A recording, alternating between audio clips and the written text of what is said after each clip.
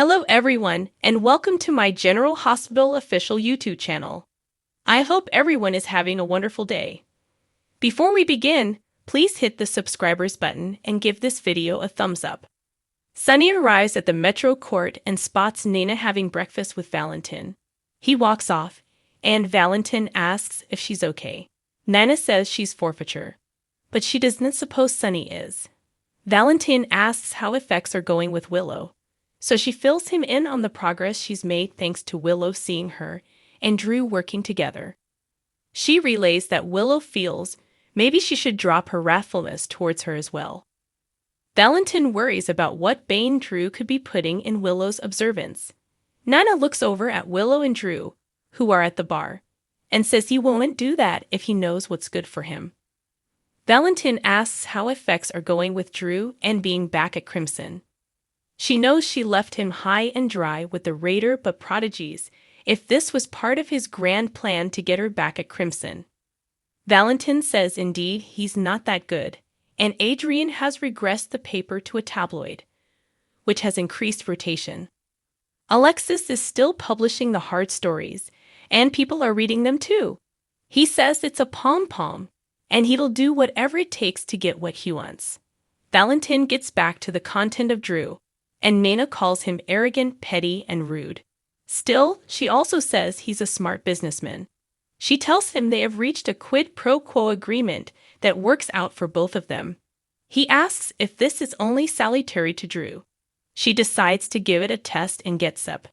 Sunny joins Jordan and thanks her for meeting him as he wants to make a significant donation to the megacity. Jordan can suppose of 3 programs that could use the fiscal support. But Sunny senses she doesn't want to take his offer.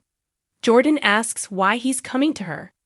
He thinks she'll know where to use his plutocrat stylish, and they've children having children together. Jordan asks why now. He explains that this is his home, that his kiddies are then, and that he wants to help the community.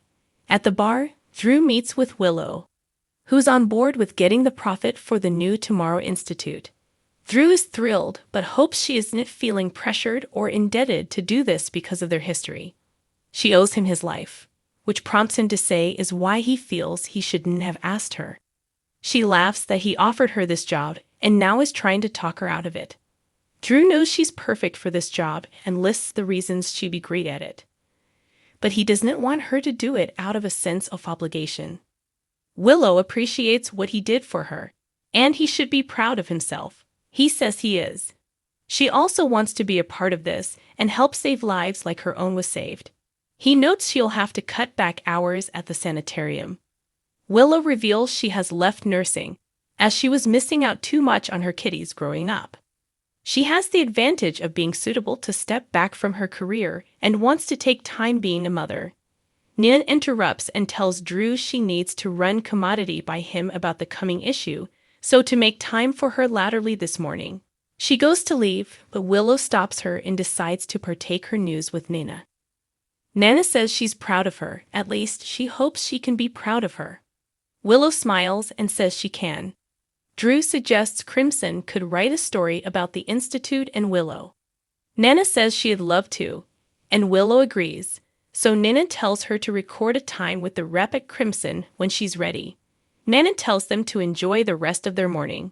Willow says you too and smiles. Nina returns to Valentin and says her son smiled at her and agreed to an interview. She thinks she's way ahead in her deal with Drew and can put up with him as long as he gets access to her son. She tells Valentin she has him to thank for this, and he states he's always happy to help a friend. Back at the bar, Drew hopes he didn't overreach with Willow, and he should have checked with her before offering her up for an interview. She tells him it's okay. It's an interview for a good cause, and now it's her job. They clinch. Willow leaves, and Drew approaches Sunny and Jordan as they're belting up their meeting. Sunny tells Drew he's decided not to vend his spa to him, but he wishes him good luck on his design. Sunny departs, and Jordan has to get back to the office as well. But Drew has commodity to run by her. Drew tells her about his meeting with the Solon, who's offering to try to get them plutocrat for the oceanfront design. Jordan is impressed, but he says he's still got a lot of work on pulling together the schematics of it all. Jordan offers to help, given it was her idea originally. He says she knows the megacity and what it needs to be successful and seductive. Jordan wants to know how he got a meeting with the Sultan, who's notorious for not taking meetings. Drew looks over at Nana and says it's complicated. Then it drops by Anna's new place with many rookies, including Dex, to help her move. Plus, he's forcing them to carry the boxes up 3 breakouts of stairs as part of their drill. Anna jokingly tells Calvin if she gets in trouble with internal affairs for this also she's taking him down with her. Later, Felicia drops by to visit and loves her new place. Talk turns to Charlotte, and Anna admits she's sluggishly putting what happened in the rearview glass. Plus, she's back in Switzerland and happy. Felicia asks how she knows this. Anna admits she ran into Valentin at the Metro Court. Suddenly, there's a knock at the door, and she receives flowers. They're from Valentin, felicitating her on the new apartment and noting that he's looking forward to dinner.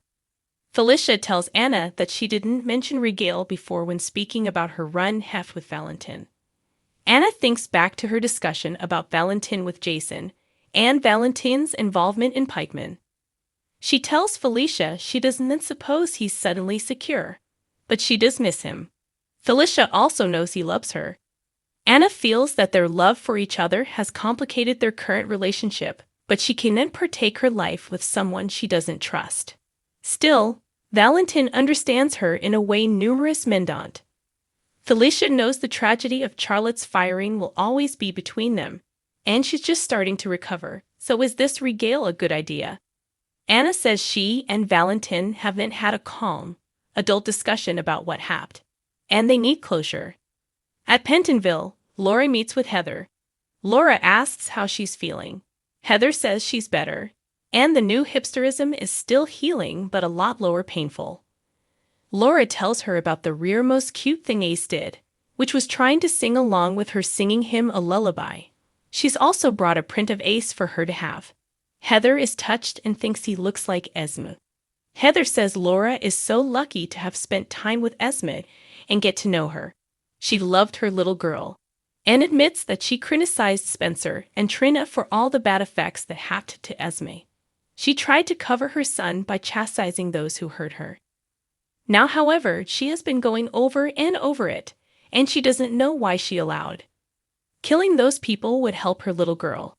She says it's a sad thing to only after killing people to realize what you have done and how you hurt other people's families. Laura tells her that it was the illness and her cobalt poisoning that made her cross that line. Heather continues to cry, saying that she doesn't understand why she did it, but she can still see what she did and remembers it all.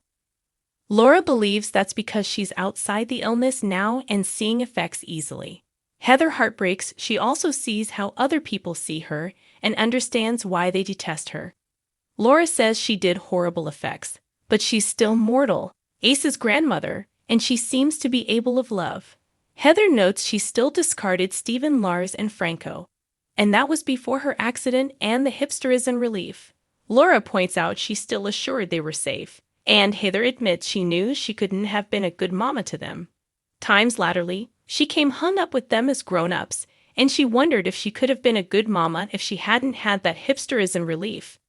She also wonders if Aizen would still be alive if she could have set up her and helped her in time. Laura says there's no way to know what might have been, and Heather knows she's right. Heather knows she hurt a lot of people and feels the guilt of it now, which must be part of the discipline. Laura says this is painful, but she's also taking responsibility and coming back to reality, and that's a good thing. Heather says it's a reality without Esme, Franco, and her other son, who's in captivity and likely doesn't want to see her ever again. Still, she has her Ace. Laura promises Heather she'll make sure Ace has the stylish life possible. Carly stops by the storehouse to see Jason and tells him Sonny's in trouble. She fills him in on her visit with Sonny, and she's upset he's off his meds, but he swears he's taking them. Jason admits he allowed. Thanks for watching. If you like this video, so please don't forget to subscribe my channel and don't miss any update.